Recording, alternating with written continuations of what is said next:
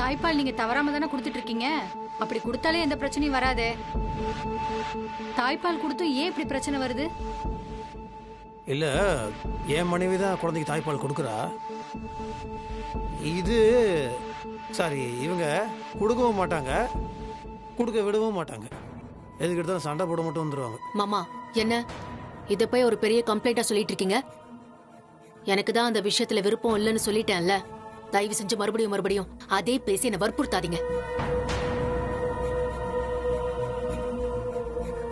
அந்த டாபிக் பத்தி இனிமே பேசாதீங்க. என்னமா பேசுறீங்க? பின்னென்ன டாக்டர், என் குழந்தைக்கு என்ன கொடுக்கணும்னு நான் தான் டிசைட் பண்ணணும்.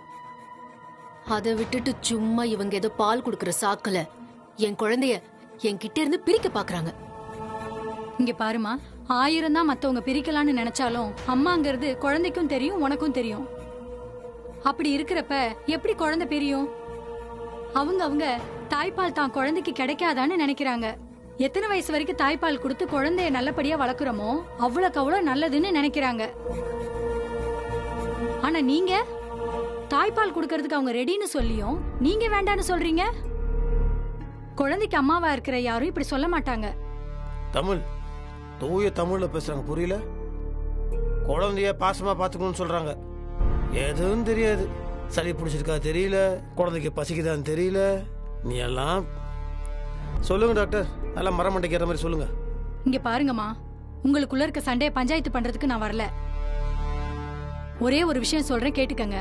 குழந்தை மேல உண்மையான அக்கறை இருந்து குழந்தைக்கு எந்த பிரச்சனையும் வரக்கூடாதுன்னு நினைச்சீங்கன்னா நீங்க இவங்கள தாய்ப்பால் கொடுக்க விடுங்க. இல்லைன்னா உங்க இஷ்டம். இந்த விஷயத்துல நான் ரொம்ப வற்புறுத்த முடியாது. நான் சொன்ன மாதிரி மருந்த தவறாம கொடுங்க. ஓகே டாக்டர், நான் வரேன். வாங்க.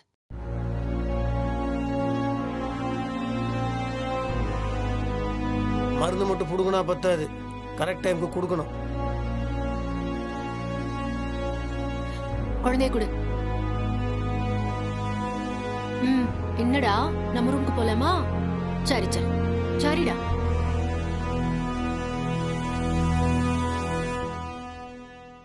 இங்க பாருடா தங்கம், நீ நல்லா ரெஸ்ட் எடுக்கணும்.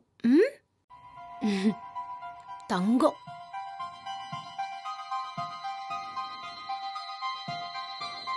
சங்கீதா, முத்தரச மாமா இத்தனை பேருக்கு நடுவுல என்ன கை நீட்டி அடிச்சிட்டாரு. அவர் என்ன எந்த உரிமையில அடிச்சாரு? எந்த உரிமைனா புரியல. அவர் தான் வார்த்தைக்கு வார்த்தை இது அவர் குழந்தை இல்ல, அவர் குழந்தை இல்லன்னு சொல்லுவார்ல.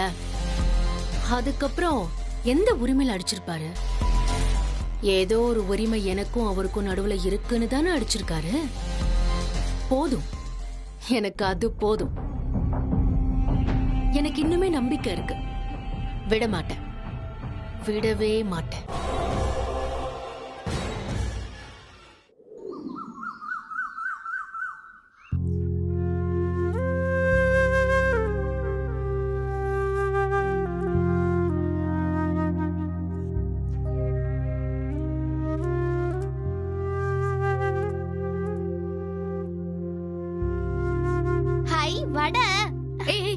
இரு, சாமி கும்பிட்டுட்டு காக்காக்கு படையல் வச்சுட்டு அதுக்கப்புறமா தான் சாப்பிடணும், சரியா? சரிம்மா.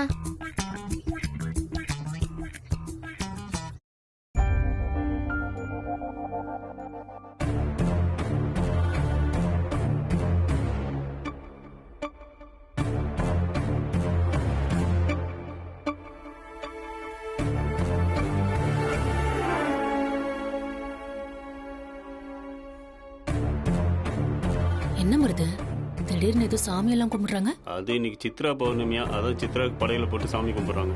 ஓ, எனக்கு ஆட்டும் காட்டி என்னையே கொல்லுவேன்னு அலைஞ்சிட்டு இருந்தா அந்த சித்ராவையே அடக்கி ஒடுக்கி சாந்தி பண்ணி மந்திரவாதி மூலமா மேல அனுப்பிச்சாச்சு. இவங்கெல்லாம் சாதாரண சில்வண்டுக்கு தானே. இவங்களெல்லாம் அடக்கி ஒடுக்கி என்ன பாடுபடுத்துறேன்னு மட்டும் பாருங்க.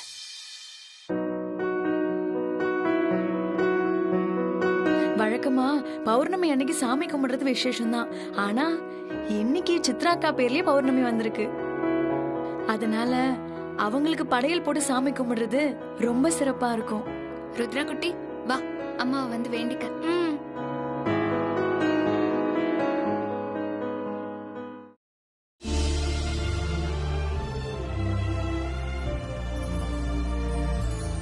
உத்ரா போடா, நீயும் போ. உத்ரா, நீயும் எப்பவும் சித்ராக்கா பொண்ணுதான். இந்த வீட்ல எல்லாரும் அப்படிதான் நினைக்கிறோம். 2 பேரும் சேர்ந்து வேண்டிக்கோங்க.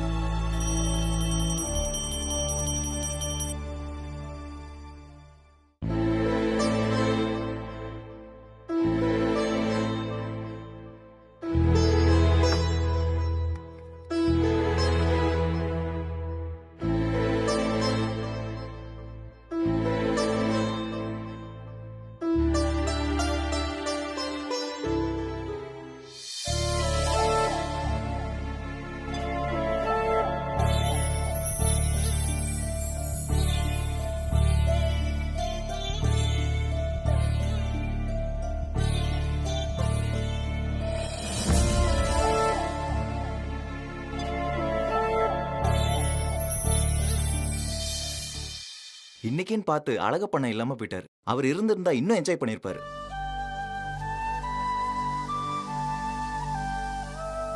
ஒண்ணு பண்ணுவோம், எல்லாத்தையும் பார்சல் பண்ணிட்டு அவருக்கு ஊருக்கே அனுப்பி விட்டுருவோமே.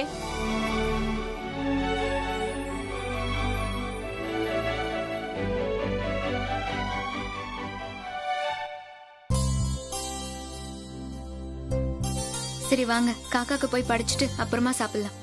ம். படையில எடுத்துக்கோ. வா கலை. ம். போங்க.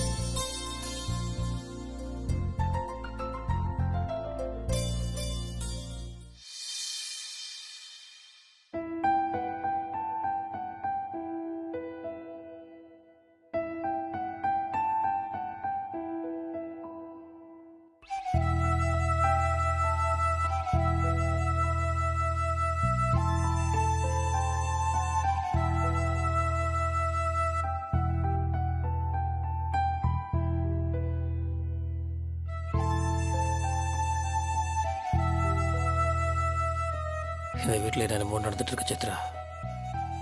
குழப்பத்துக்கு மேலே குழப்பமாக வந்துட்டு இருக்கு. எல்லா குழப்பத்திலிருந்து நீ தான் எங்களை காப்பாற்றுன்றது எனக்கு தெரியும். இத்தனை பிரச்சனைக்கும் காரணம் ஸ்வேதா தான். இதுக்கு மேலே அவள் என்ன பண்ணுவான்னு தெரியல. ஆனால் என்ன பண்ணாலும் நீ தான் எங்களை அவகிட்ட இருந்து காப்பாற்றணும்.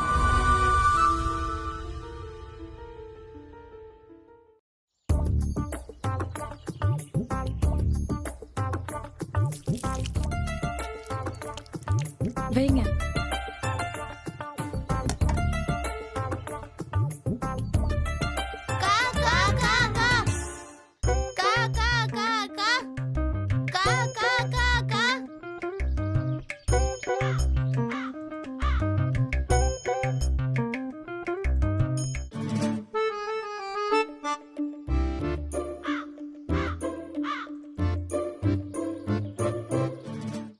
கண்டிப்பா சித்ரா அக்கா நம்ம எல்லாரும் சந்தோஷமா இருக்கிறத தான் விரும்புவாங்க.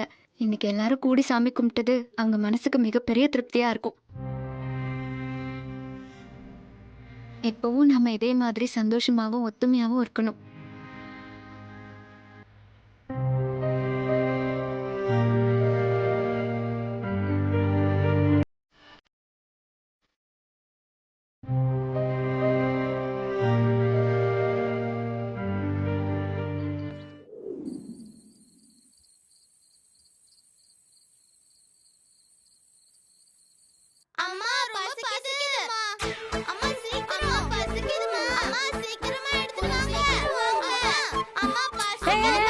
எதுக்கு இப்படி கத்திட்டு இருக்கீங்க?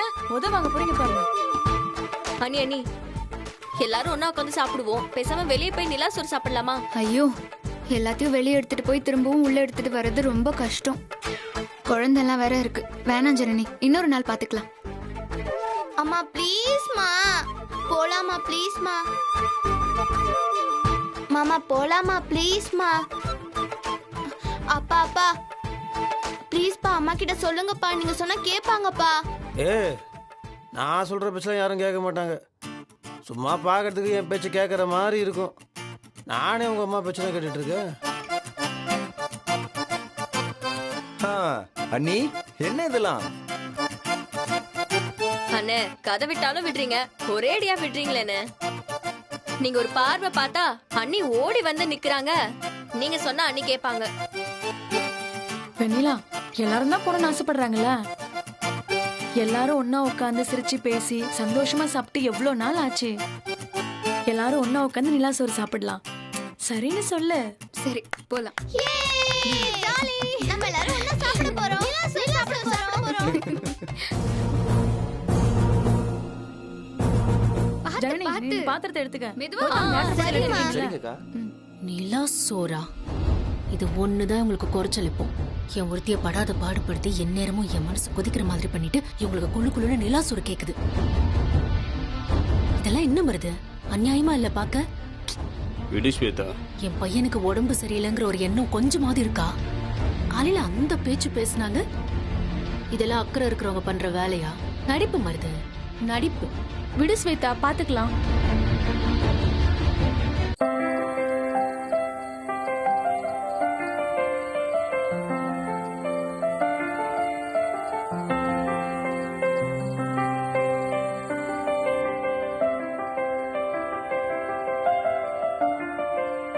அண்ணி நீங்க போய் ஓரமா உட்கார்ந்துடாதீங்க. நீங்க தான் நடுநாயகமா நடுவுல உட்காரணும். முதல்ல பாப்பாவை கலையண்ணி கையில கொடுங்க. எதுக்கு கார்த்தி? அண்ணி நம்ம நிலாச்சோறு அடிக்கடி சாப்பிட்டுருக்கோம். ஆனா இங்க உட்கார்ந்து உங்க கையால கூட்டாஞ்சோரா சாப்பிட போறோம். நீங்க தான் பிசைஞ்சு கையில கொடுக்க போறீங்க. அப்படியா? ஆமா அண்ணி, சமைக்கும் போது அன்பா பாசமா சமைக்கிறீங்கல்ல, அதான் ருசியா இருக்கு. இன்னைக்கு உங்க கையால பிசைஞ்சு கொடுத்தா எவ்வளவு ருசியா இருக்கும். டேய் போதும் போதும்டா. நைட் நேரத்தில் எதுக்குடா அவளுக்கு ஐஸ் வச்சுட்டு இருக்கிற? பகலா இருந்தாலும் பரவாயில்ல, சளிகளே பிடிச்சிட போகுது. அண்ணா சும்மா இருங்கண்ணா. அன்னைக்கு எதுக்கு நான் ஐஸ் வைக்கணும்? ஐஸ் வைக்காமலே அன்பை கொடுக்கறவங்க அவங்க.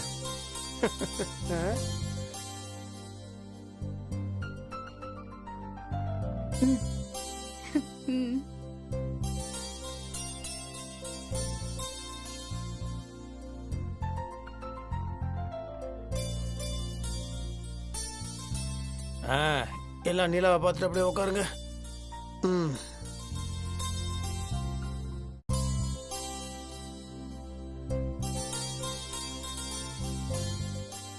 ஏய், 2 பேரும் உட்காருங்க. நாங்க அங்க போறோமா?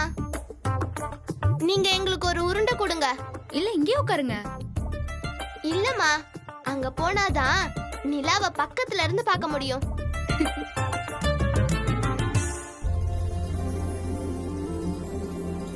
அவர் மட்டும் ஒழுங்கா இருந்திருந்தா நாமளும் சந்தோஷமா இருந்திருக்கலாம். பன்மகள், பங்கு பாருங்க, பாரு நிலா, பாரு நிலா, பாரு. நம்ம 2 பேரும் போலாமா?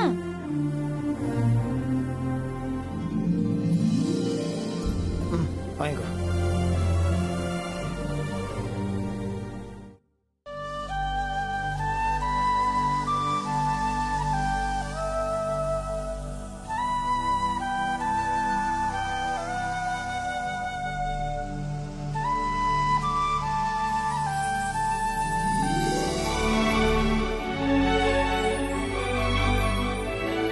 அக்கா, ஃபர்ஸ்ட் நீங்க கௌதமுக்கு கொடுங்க. எதுக்கு? எல்லாரும் ஜாலியா இங்க வந்து உட்கார்ந்துருக்கோம். அவர் மனசுக்குள்ள அவர் பொண்டாட்டிக்கு ஊட்டி விடணும்னு ஆசை இருக்கும்ல. அவர் ஃபர்ஸ்ட் ஜனனிக்கு ஊட்டி விடணும் தான் அவர் கொடுக்க சொன்னேன். இதுக்கு பேரு தான் பக்கத்து இலைக்கு பாயாசம் வேணும்னு சொல்லுவாங்க. நீ கார்த்திக் ஊட்டி விடணும்னு ஆசைப்பட்டனா நேரடியா கேளு. அதை விட்டுட்டு எதுக்கு எங்களை கோத்து விடுற? ஏய், அப்ப நான் ஊட்டி விட்டா நீ சந்தோஷமா சாப்பிட மாட்டியா? ஓ, அக்கா கொடுங்க அக்கா, பிரசாதமா கொடுங்க. அப்படியே தெய்வத்துக்கு கூட்டி விடுறேன், கொடுங்க.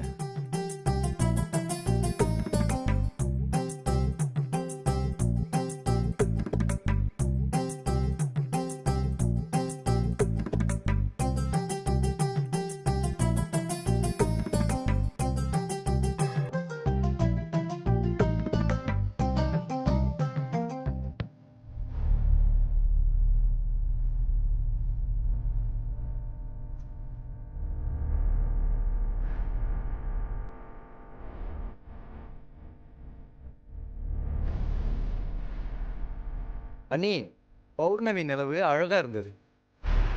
அத ஒரு கருமேகம் வந்து மறைக்கிற மாதிரி தெரியுதுல, முறைச்சே மறைக்குது. என்ன கார்த்தி? போங்க அண்ணி, உங்களுக்கெல்லாம் சொல்லி புரிய வைக்கிறதுக்குள்ள.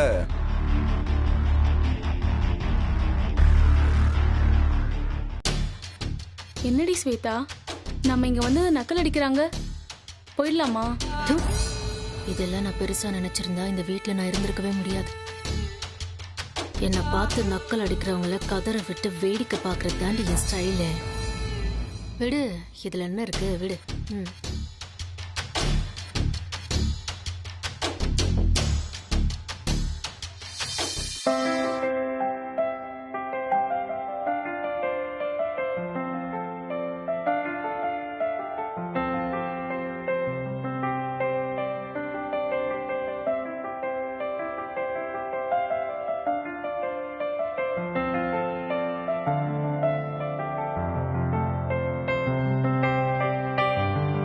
இந்த முத்து மாமா, நீ சாப்பிடு.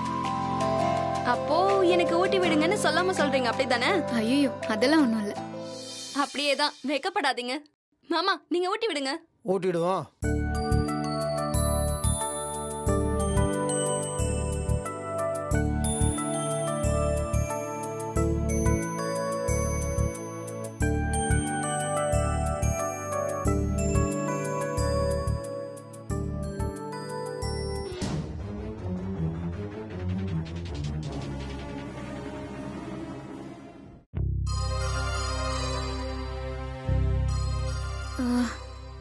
கலை, நீ என்ன கலந்துக்காம தனியா உட்காந்துருக்க? பரவாயில்ல வெண்ணிலா, நீங்க எல்லாரும் சாப்பிடுங்க, நான் அப்புறமா சாப்பிட்டுக்கிறேன்.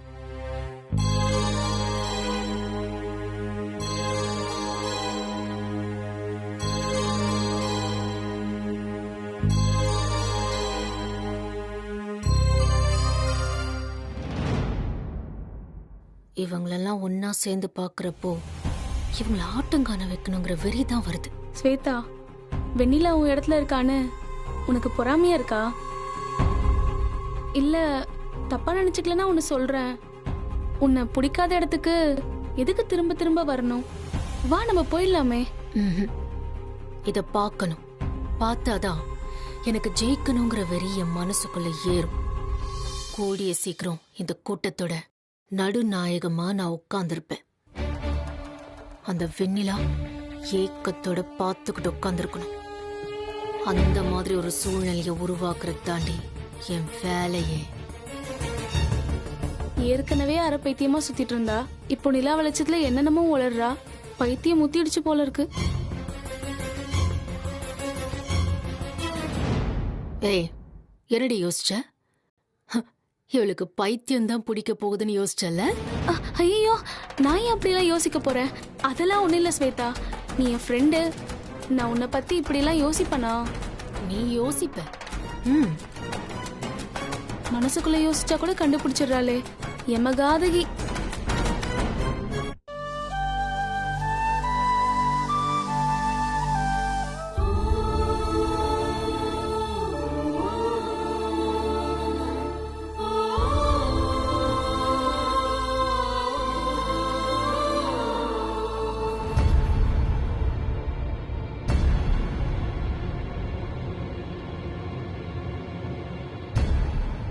கலை, என்ன பார்க்குற? எல்லாரும் ஜோடி ஜோடியாக உட்காந்துட்டு இருக்காங்க. உன்னோட வாடிய முகத்தை பார்த்தேன். அதான். வெண்ணிலா, எனக்கும் சோறு கொடுக்குறியா?